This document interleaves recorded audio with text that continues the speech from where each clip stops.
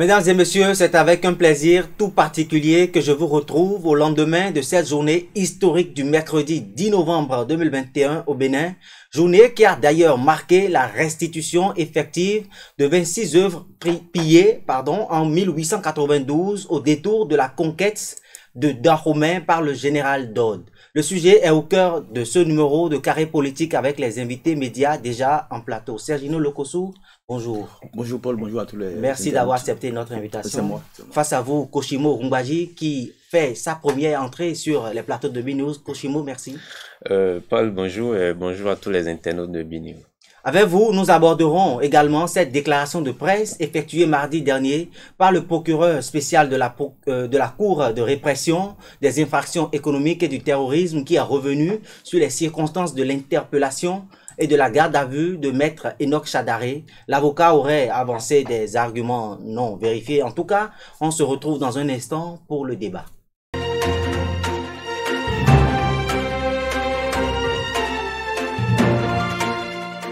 Koshimo Rumbaji, le Bénin a brisé le tabou de la restitution des trésors pillés en Afrique. Les œuvres sont revenues hier, après près de 130 ans passés en France. Quelle est la note que vous attribuez à ça? Alors, je donne la note 8. La note 8. Ouais. Sergino Lokossou? Je donne la note 6. 6, justement, on va commencer par vous. Pourquoi 6?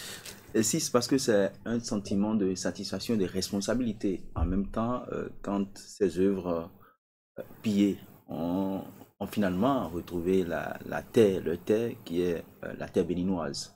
Je crois qu'avant ça, qu'il y a eu un certain nombre de négociations et d'engagements qui ont été pris de part et d'autre, surtout par le président de la République, qui a tenu jusqu'au bout, on va dire, et qui finalement a pu avoir la restitution de ces œuvres-là ont été faites, je crois, et que c'est le moment pour le peuple béninois de vivre ces objets culturels, et ces objets, ces trésors patrimoniaux, royaux, je vais dire ça comme ça, qui constituent l'identité du peuple béninois.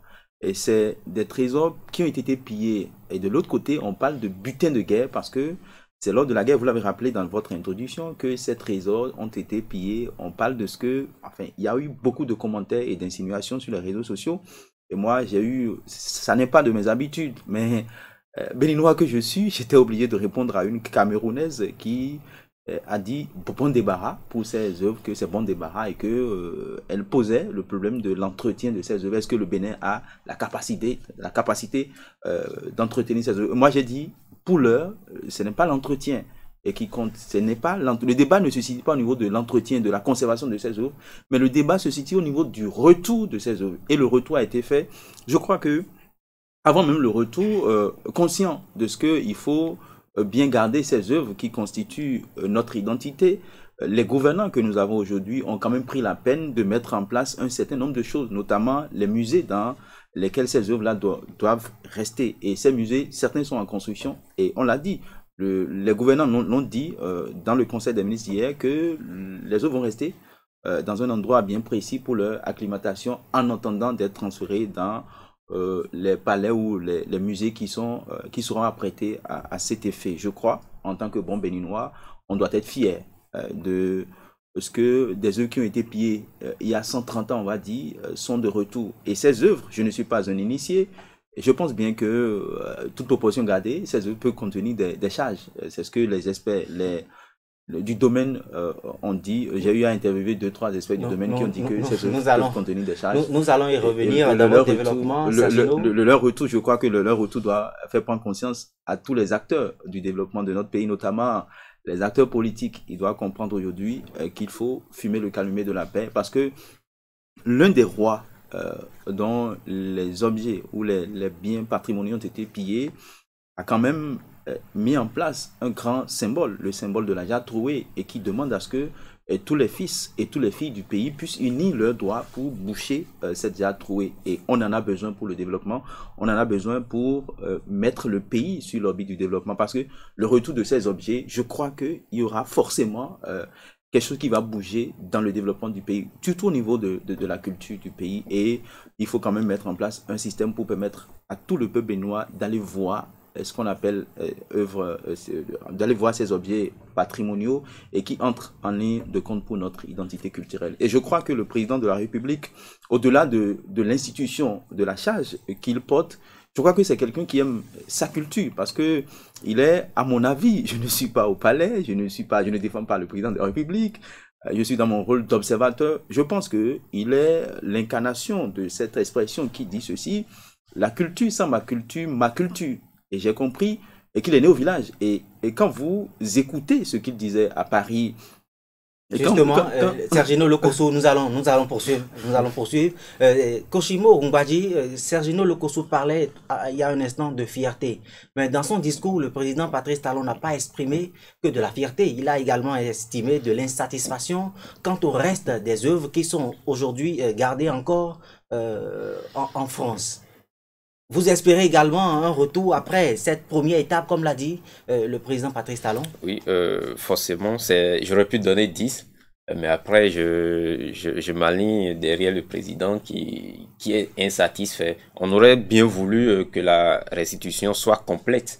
Voyez, et la note 8, c'est aussi pour le travail qui a été fait par le gouvernement, surtout par le président de la République. Le plaidoyer, ça n'a pas été forcément facile. Donc aujourd'hui, nous avons 26 œuvres et le président l'a dit, c'est une porte ouverte pour le retour donc de ce qui reste. Parce que on parle quand même de plus de 3000 œuvres qui ont été pillées. Là, nous n'avons récupéré que 26. Donc on espère forcément que dans la suite, qu'on puisse donc récupérer ce qui reste. Donc je garde espoir et pour les 26 que nous avons eu, il y a forcément un sentiment de fierté qui anime. On est fiers de pouvoir donc récupérer ces œuvres. Et il y avait une crainte, et heureusement le président dans son discours, il a réglé le problème, parce que vous savez, ces œuvres viennent d'une origine. Et après, la crainte, c'est de voir, enfin, que les gens individualisent ces œuvres, mais le président l'a dit que ces œuvres viennent du nord, du sud ou de l'est. Elles restent donc un patrimoine commun. Elles appartiennent à la République. Il n'y a pas à y coller une valeur religieuse ou spirituelle particulière. Je reste avec vous, Koshimo Rumbadji. Dans son discours, toujours, je reste dans le discours, avec des mots lourds de sens. Patrice Talon a implicitement fait une autre demande à la France. Avez-vous pensé, comme certains spiritualistes, que le président a été inspiré par les rois Glélé, Béhanzin, par les actes de qui il voit déjà Patrice Talon, surtout quand dans son élan de témérité? Oui, forcément, si on va au-delà de la politique, on va au-delà de tout ce qui est factuel, on peut se dire, après tout, c'est quand même le président de la République qui parle et on connaît l'origine du président de la République. Et, vous l'avez dit, les mots, les expressions qu'il utilise, on peut forcément se dire que ça va au-delà de ce que nous voyons, ça va forcément au-delà du factuel, ça va au-delà d'un simple discours. Et après, on peut même se demander si le président lui-même avait vraiment, comme on le dit, c'est peut-être des esprits qui parlaient carrément à travers le président de la République, parce que il a fait d'autres demandes et ce n'est pas anodin. Quand il parle du goût, c'est pas anodin. Quand il parle donc du Fa, de Guédégbé, qui a été quand même l'un des derniers prêtres de Béhanzin, c'est évocateur. Voyez, donc je suis un peu d'accord avec ceux qui pensent que c'est quand même assez spirituel ce discours que le président a tenu. Sergino Lokosso, ces œuvres seront bientôt exposées, accessibles donc au public béninois. Est-ce que au cours de cette exposition, vous voyez un atout touristique pour le Bénin? Forcément, c'est un atout touristique. Je le disais que le retour de ces œuvres doit porter un coup à l'économie liée à la culture, liée au tourisme de notre pays. Et vous allez voir, j'ai pu observer qu'avec l'arrivée du chef de l'État et les acteurs, les gardiens, les experts en matière de musée l'ont dit qu'il y a eu quelque chose qui a été fait. Même si ça reste à faire, mais quelque chose a été amorcé depuis l'arrivée du chef de l'État. Et je crois que c'est normal, ça doit apporter un plus, parce que les objets d'art à pied étaient conservés au musée de Quai Branly à Paris, et donc les gens allaient voir sûrement. Et donc, ceux qui allaient voir, vous venez au Bénin pour voir ces œuvres-là. Et c'est de l'argent pour le pays. Et je disais tantôt que ces œuvres, je ne suis pas un initié, mais ça peut contenir des charges. C'est possible. Et j'ai écouté quelqu'un sur une chaîne internationale qui disait que les œuvres elles-mêmes ont choisi le moment de venir. Et que ce moment a été un moment choisi par les œuvres elles-mêmes pour venir au Bénin. C'est pour dire qu'il y a de charges dedans. Et je disais que le chef de l'État, au-delà du discours qu'il avait donné à Paris, moi je voyais en lui quelqu'un qui aime son pays, quelqu'un qui est né au village. Et il a dit, il est né au village. Et quand vous êtes né au village, je ne dis pas en ville, quand vous êtes né au village, vous devriez pouvoir tout faire avec élégance et harmonie, à compter de la danse et de la musique. Et c'est ce que le chef de l'État a fait. Il n'a pas repoussé chemin. Première tentative, la France a refusé, il a continué, finalement, il est venu au bout.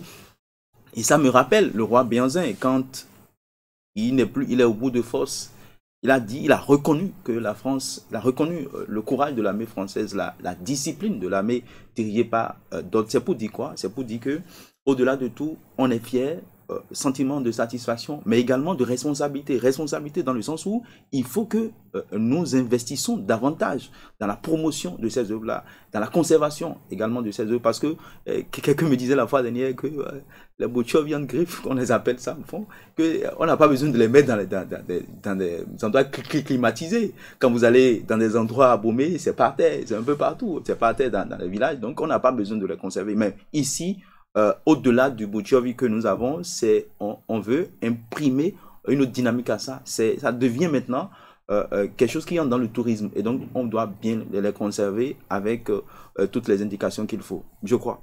Et que, en tant que Béninois, fils du Bénin, 100% Béninois, je suis attaché à sa culture, même si en temps j'ai choisi une religion, j'ai une tradition, et on est fier quand ces objets arrivent au Bénin, on doit être fier. Cosimo Koumbadji, le président Patrice Talon a indiqué hier que chaque Béninois pourrait entretenir un lien direct, une interconnexion avec ces œuvres. De quoi parlait-il selon vous?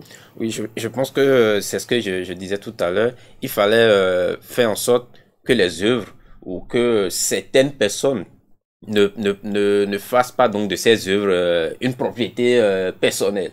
Donc après, on dit ces œuvres sont républicaines, elles appartiennent à tout le pays, mais s'il y a des collectivités, s'il y a des individus qui estiment que elles se retrouvent plus à travers ces œuvres, ben libre à eux.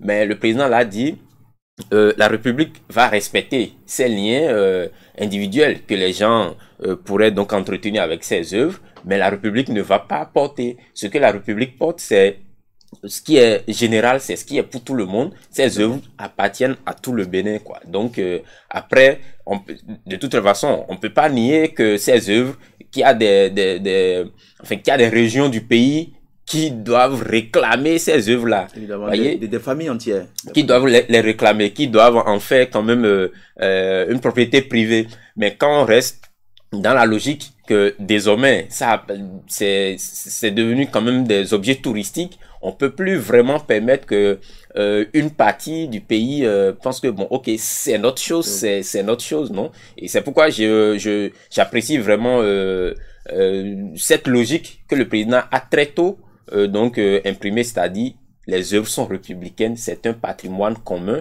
Après, si de façon individuelle, les gens pensent que ils ont des liens, ils sont beaucoup plus proches de ces œuvres-là, ben libre à eux, s'il y a des trucs qu'ils veulent faire individuellement, ils peuvent le faire, mais toujours est-il que ces œuvres appartiennent à tout le monde. Et d'ailleurs, oui, si vous permettez, le Conseil des ministres a dit que ces œuvres sont devenues insaisissables, inaliénables. Et donc, quand c'est comme ça, c'est vrai que le président, il a su quand même trouver les arguments qu'il faut pour éviter ce désordre, enfin en griffe, que ça pourrait amener. Parce que les œuvres, quand on parle de roi Béhanzin par exemple, c'est quand même le roi, le nom de famille, ça vient de quelque part, on le sait. Mais on doit se sentir, quand vous êtes issu de cette famille, vous devriez normalement vous sentir attaché, touché par ces œuvres-là. Ah, ça, c'est mon aïeul, c'est ce que mon aïeul a utilisé. Et donc, forcément, vous avez un lien. Au-delà de votre aïeul, je dis ça comme ça, au-delà de la famille, de cette famille c'est un exemple que je donne comme ça, il y a tout le Bénin qui est impacté, parce que le roi Béhanzin n'était pas seulement le roi d'Abomey, c'était le roi de Dahomey, qui est devenu Bénin Est Dahomey, c'était le roi de Dahomey. Et le Dahomey, c'était du nord au sud, de l'est à l'ouest. Et donc, nous sommes tous, qu'on soit d'Abomey ou pas, de Tukuntuna ou de je ne sais où, nous sommes tous liés par ces œuvres-là. C'est un ancien roi du Bénin. Ce sont les objets patrimoniaux utilisés par nos rois qui ont été pillés. Et donc, qu'on soit de la famille du roi ou pas, nous sommes tous concernés. Le Bénin est un et indivisible. Et d'ailleurs, l'Est Dahomey qui est devenu Bénin, la Constitution l'a dit, le Bénin est un et indivisible. Et donc, nous tous, je l'ai dit, et nous devons boucher de nos doigts la jarre trouée pour véritablement montrer que nous sommes un et que le peuple béninois est un peuple uni. Koshibo Mbadji, une toute dernière question avant de clôturer avec ce sujet. Vous avez suivi cette intervention de l'ancien président Boni Yayi après la signature de l'acte de restitution, l'acte de transfert, j'allais dire. Il a appelé les autres pays d'Afrique à emboîter les pas au Bénin. Est-ce que cette restitution positionne le Bénin comme un exemple en matière d'histoire en Afrique? Oui, c'est assez clair. Le Bénin prend la place du leader dans cette histoire parce que le discours de Macron au Burkina Faso, je le disais hier à quelqu'un, mais le Bénin avait déjà fait une première demande. Donc, c'est vrai qu'après le discours de Macron vient, comment on appelle, accélérer les choses. Mais le Bénin, en 2016, avait déjà fait une première demande. Donc, que ça soit le Bénin qui récupère en première position ces œuvres, cela positionne forcément le pays en position donc de leader. Les autres pays doivent forcément prendre exemple sur nous. Mais il y a quand même, vous savez, souvent en Afrique, le Bénin est très souvent premier en beaucoup de choses, mais après les gens nous dépassent par la suite. C'est pour dire... nous avons eu 26 œuvres et nous sommes conscients qu'il en reste. Il faudrait pas qu'on dorme sur nos lauriers pensant que bon, ok, on est déjà premier. Il faut qu'on garde cette position, on doit garder cette place de leader et rapidement faire en sorte que le reste des œuvres rentre. Nous allons évoluer dans ce débat. Vous avez suivi au cours de la semaine, il y a également eu cette sortie médiatique du procureur Mario Mentonou sur l'arrestation de Maître Chadaré dans le cadre de la découverte de 2,5 tonnes de cocaïne dans un entrepôt situé à PK10 sur la route de Porto Novo. Une arrestation qui a d'ailleurs suscité plusieurs réactions et qui a d'ailleurs conduit l'ordre des avocats à instituer un débrayage largement suivi. Selon les explications du procureur, l'avocat a violé la zone de contrôle où la découverte a été faite. Est-ce que l'avocat a-t-il eu une attitude responsable selon vous, Sergino Lokosso? Je crois que c'est difficile d'opiner quand ce sont les hommes de droit qui sont en jeu. C'est difficile pour moi d'opiner parce que je suis journaliste, je ne suis pas homme de droit, mais à s'en tenir aux déclarations des uns et des autres, on constate qu'à un certain niveau, il y a eu des comportements qui ne sont pas forcément ce qui est autorisé. Quand vous suivez la déclaration, quand vous prenez la déclaration du procureur de la République, du procureur de la spécial de la Criette, il a essayé de donner les détails. Lui-même n'était pas là. C'est sûrement par rapport au PV qu'on lui a transféré qu'il a pu faire ces détails-là. Je crois que l'un dans l'autre, l'avocat, les avocats en général, ils sont ce qu'ils sont. Ils sont là pour défendre. Et lui, il est forcément dans cette logique-là, défendre son client. Et il s'est dit, je dis ça comme ça, la ligne, les policiers, avocats, je crois que c'est la collaboration doit être bonne. Mais on constate que ça n'est pas forcément ce que ça doit être. S'il est arrivé à rentrer dans la ligne, c'est qu'il s'est dit que nous sommes les mêmes choses. Quand les policiers font là-bas, c'est nous qui récupérons. Et je crois que si véritablement cet avocat est en erreur, c'est que il doit quand même essayer de trouver, enfin l'autre doit quand même essayer de trouver le juste milieu. Le juste milieu, c'est quoi? C'est que un avocat a été gardé à vue, ce qui n'a pas plu. Alors des avocats aujourd'hui qui n'ont pas apprécié, enfin l'ensemble des avocats, des jeunes avocats surtout, n'ont pas apprécié cette attitude qui consiste à garder à vue un avocat pendant des heures avant de le libérer. Eux autres n'apprécient pas. Parce que, pourquoi ils n'apprécient pas? Je le dis ça comme ça, ils se sont dit que, et si on se tait sur une situation du genre, pour des faits simple, on peut enfermer un Mais avocat, on peut garder à vue. Il y a quand même eu des éléments qui ont conduit les forces de l'ordre à agir ainsi. Puisque, référence faite toujours à la déclaration du procureur spécial de la Criette, l'avocat, lors de son interpellation, a quand même soutenu qu'il était conseil juridique du propriétaire de l'entrepôt où la découverte a été faite.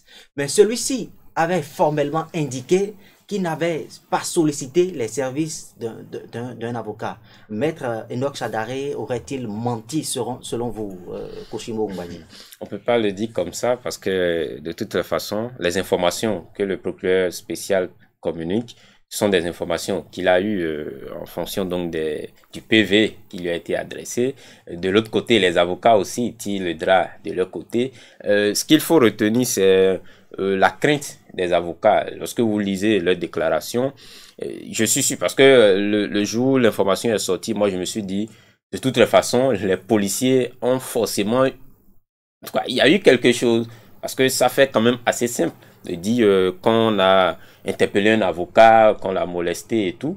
Moi je me suis dit, il y a forcément quelque chose qu'on ne nous dit pas.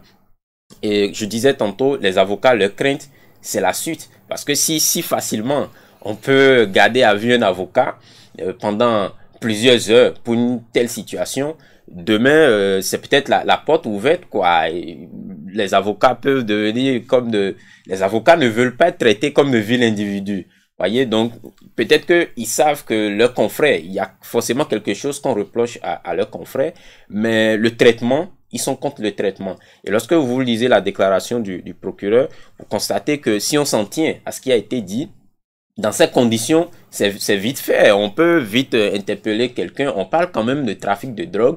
Et lorsque le procureur précise et insiste pour dire le réseau qui a été démantelé, ce n'est pas un réseau de menus-frétins. On sait comment les gens fonctionnent et tout. Donc dans ce contexte, de manière expéditive. Voilà. Donc dans ce contexte, c'est très vite, c'est rapide, quoi. On peut interpeller quelqu'un. Les policiers, les enquêteurs peuvent entre griffes maltraiter quelqu'un parce que eux, ils sont dans leur rôle, ils sont dans leur travail. Et vous savez, quand vous êtes dans ces situations où vous voulez conduire une mission parfaite, quoi, et aller jusqu'au bout sans anicroche. Donc, si vous sentez de la menace, vous êtes obligé d'agir. Et le procureur, dans sa déclaration, l'a dit, c'est après un coup de fil du bâtonnier qu'il s'est rendu compte que c'est d'un avocat qu'il s'agit. Et là, je n'ai pas compris parce que l'ordre a quand même dit dans sa déclaration, l'avocat s'est présenté avec sa carte professionnelle. Donc, est-ce que jusqu'au moment où on le mettait en garde à vue, est-ce qu'on ne savait pas que c'était un avocat? De toutes les façons, je pense que la situation est assez délicate. Il faut reconnaître. C'est vrai que la grève, après, c'est peut-être les clients de ces avocats qui sont les plus touchés par cette grève qui heureusement va prendre fin aujourd'hui. Mais ce que je retiens, c'est la crainte des avocats de voir perpétuer une telle situation, parce que quand vous entendez qu'on interpelle un avocat, qu'on le garde à vue, sans qu'il ne soit forcément cité, impliqué dans une affaire criminelle, ça sonne peut-être un peu faux. Mais il a été dit que l'avocat a fait preuve de pression verbale, de violence verbale et même physique. Et c'est d'ailleurs pour ça qu'il a été sorti du périmètre. Mais après avoir été conduit au commissariat d'Ekpé, l'avocat a été placé en fait sous convocation pour le 4 octobre. Il ne serait pas venu à cette date, il n'a pas répondu. Non, je crois que un avocat reste un avocat. Un avocat, on doit comprendre si, comme l'a dit Koshimo et comme l'a dit la déclaration, comme l'a dit les commentaires, si véritablement il s'est présenté avec sa carte professionnelle. Avocat devant un policier, quand même, on devrait, même si il n'est pas perdu dans la République. Si déjà l'un des bâtonniers dit qu'il est avocat, donc il est dans la base de données, on a son contact, on connaît son cabinet, si en temps il a de cabinet, ou du moins s'il est associé à un autre avocat, on connaît le cabinet dans lequel il travaille. Donc moi je pense que au-delà de tout, il n'est pas perdu, on peut le retrouver à tout moment, mais bastonner un avocat, moi je dis... Encore que là, c'est ce que l'ordre a dit. Bastonner un avocat. Je crois qu'il est avocat, je ne défends pas l'avocat. L'avocat n'est pas au-dessus de la loi. C'est vrai, il est là pour défendre les gens, mais il n'est pas au-dessus de la loi. La loi elle est impersonnelle, elle s'applique à tout le monde. Tu peux être président de la République, tu peux être avocat, mais si l'avocat tombe sur le coup de la loi, je crois qu'il y a des manières pour quand même interpeller un avocat, pas le bastonner, comme l'a dit l'autre. Mais Sergino Lokosso, vous avez quand même suivi cette déclaration. Parce que si je ne revis pas, si on laisse un avocat être molesté comme ça, c'est que demain, quand moi je vais présenter ma carte professionnelle en tant que journaliste, on pourrait quand même... Mais Sergino Lokosso, vous avez suivi quand même cette déclaration du procureur de la République. À l'ouverture de la procédure, l'avocat ne s'est pas constitué en fait aux côtés de celui qu'il prétendait défendre. Mais il y a dans le lot, si j'ai bonne mémoire, il y a dans le lot qui défend quelqu'un dans le lot. Et s'il est venu, peut-être qu'il a eu, bon, je ne le défends pas, je dis toujours, peut-être qu'il a reçu une mauvaise information, peut-être que son client, on lui a dit que son client était là, ou du moins le client lui a fait savoir qu'il était là, et puis il a manqué le client. Je crois que c'est complexe tout ça, c'est complexe. Il faut véritablement que les uns et les autres, l'ordre des avocats, et de l'autre côté, le procureur qui est forcément dans son rôle, puisse véritablement nous donner, nous aider à faire manifester, pour qu'il y ait manifestation de vérité, parce que l'un dans l'autre, le procureur, il est dans l'appareil judiciaire, les avocats également sont dans l'appareil judiciaire. Maintenant, c'est de nous montrer à nos peuples la vérité des faits. Qu'est-ce qui s'est réellement passé? Est-ce que cet avocat, il s'est mal comporté? Que l'ordre des avocats ne défend pas seulement les leurs, mais qu'on en arrive à rétablir la vérité pour que le peuple s'en... Parce que là, aujourd'hui, on ne sait pas qui a fauté, on ne sait pas qui est qui, mais l'avocat, il est dans son rôle, il doit défendre. Mais il dit, un avocat, on ne peut pas traiter un avocat qui défend, qui va parfois représenter un client comme ça. Moi, je me rappelle, chez un oncle, on l'a convoqué comme ça. Toutes les fois qu'on le convoque comme ça, parce qu'il n'est pas un criminel, il envoie son avocat. Et donc, l'avocat qui va représenter, je crois qu'un avocat, il n'est pas perdu dans la République. Il n'est pas perdu comme commissariat. Les avocats, c'est des gens qui vont au commissariat. Des gens qui doivent travailler ensemble, les forces de l'ordre. Sergino Lokosso, nous allons une toute dernière question avant de sortir donc de cette émission. Je m'en tiens toujours à la déclaration du procureur Mario. Maintenant, il semble que l'avocat Maître Chadaré a été dépêché plutôt par le locataire des lieux, contrairement à ce que lui-même avait dit être conseil juridique du propriétaire des lieux. Est-ce que, surtout quand on sait que le propriétaire ou le locataire, j'allais dire, a pris la clé des champs, est-ce que ce ne sont pas des choses qui sont de nature à remettre en cause en fait la crédibilité ou bien l'innocence de l'avocat dans tout ça? C'est clair qu'il y a eu assez d'informations contradictoires et pour justifier, vous comprenez, quand vous lisez la déclaration du procureur, pour justifier l'interpellation, il a dû donner toutes ces informations pour montrer combien l'avocat était suspect, pour dire les choses clairement. Il y avait assez d'informations contradictoires, il y avait assez de choses qui ne concordaient pas. Donc après, il a été traité comme un suspect, comme une menace, comme je le disais tout à l'heure, parce que quand il dit il est venu pour représenter quelqu'un et que cette personne dit qu'il n'a pas sollicité les services d'un avocat, vous comprenez que sur le coup, ça doit faire forcément bizarre. Donc il y a eu assez de choses qui ne concordaient pas, mais après, comme Sergino l'a dit, est-ce que la manière dont il a été traité, même si on le soupçonne, même si on se dit ben il n'est pas clair, il faut qu'on le garde pour lui poser des questions, il y a peut-être la manière, voyez, on peut lui dire suivez-nous, la garde à vue après, je pense que c'est beaucoup, et même ce que défend l'ordre des avocats, c'est beaucoup plus la manière, parce que ils vont pas aussi forcément au fond du sujet, ils ne nous disent pas notre confrère a fauté, notre confrère n'a pas fauté, mais c'est beaucoup plus la manière. Et je le disais, la crainte c'est que ça continue, parce que demain le bâtonnier aussi peut tomber dans une situation comme ça. Et au-delà de très rapidement, et au-delà de ce dossier, il y a quand même on va dire, une frange des forces de l'ordre qui sont animées de zèle pas possible, quoi. C'est qu'on vous arrête comme si vous n'êtes pas un Béninois, comme si vous êtes un terroriste, quoi. Donne-moi, non, je dis, moi, il y a 1 an ou 2 ans, un policier m'a dit, non, je suis Béninois, je ne suis pas payé dans la République, non, je ne suis pas une menace pour la République. Mais quand, moi, je dis, au niveau de la police républicaine, c'est vrai, ils font un travail colossal pour notre sécurité. Mais il y a de ces agents, honnêtement, ils vous traitent comme des animaux, alors que eux sont des humains. Et ce qui nous différencie, c'est l'uniforme qu'ils portent. Moi, je les respecte. Je respecte ce qu'ils font pour notre sécurité, pour la sécurité des biens des personnes, mais quand même, on peut avoir un comportement humain envers des humains. Même si nous sommes en infraction, on vous aura compris, il faut quand même Sergino qu'il y ait Lokosso, le comportement qu'il faut. Koshimo Ngbaji, je rappelle que vous êtes journaliste à Bénin Web TV. Face à vous, Sergino Lokosso, qui est un habitué de nos plateaux. Merci. Amis internautes, nous sommes pratiquement, non, pas pratiquement, nous sommes définitivement, j'allais dire, à la fin de cette émission. On se retrouve la semaine prochaine pour un nouveau numéro de Carré Politique.